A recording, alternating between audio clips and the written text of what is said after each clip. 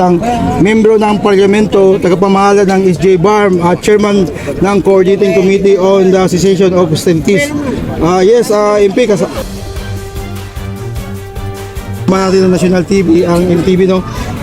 Dito tayo ngayon sa groundbreaking ng covered court sa Barangay Dato Mantel, Pamudin. Magandang araw po, MP Manang.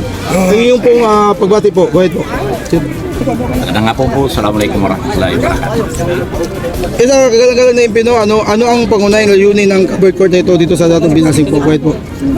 Yes, kailangan natin ito sapagkat lalo lang ito dito sa compound ng ating eskwelahan ng madrasa. At pangalawa, if ever na may mga activity, mas maganda na doon na magkaroon ng activity. Doon makikita na ang gobyerno talaga isa. Bilang tagapamahala po ng CCH, no, at itong proyekto tayo marami pong umasa. Ano po yung mga karagdagang plano natin sa hinaharap po sa mga proyekto po na inyong nakahanda po? Go ahead po. Well, marami talaga tayong mga plano na gusto mangyari. Pero since na plano pa man yan, ayaw naman natin na hindi natin din sigurado kung yung plano is may sagawa. So kaya natin muna na tingnan muna kung ano bang magiging outcome. Ayaw ko lang magsabi na ito ganyan. Mahirap na magsabi ng marami. Yes, may National TV tayo, MP, no? Saan po daw nanggagaling yung pondo natin kasi sila wala pong MP doon sa ibang region po. Go ahead po. Yes, galing ito sa Chief Minister kasi yung opisina po as administrator ng Special Geographic Area ng 8 munisipyo or 3 barangay. Galing ito talaga sa pundo ng atin. Medyo mainit ang MP, no?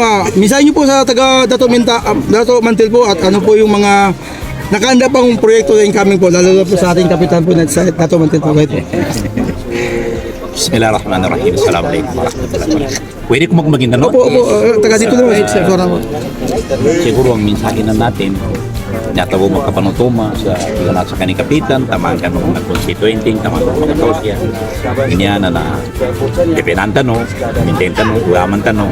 Ganyan na inshallah na sari ka kataganin ka mas kita no sa Dato Mantel. Inshallah na marami. Marami din makakapianin ko maging. Kaya so, mga social gathering mo, nagkapagay siya Arbay ko. Kaya evacuation center, upang magkaroon ng problema, kapakit. Ganyan naman po, biday na kanulangon ng mga, iba talaga ito doon sa mga nauna na cover court. Ito is multi-purpose. Sukran, MP, at more power. Maraming salamat.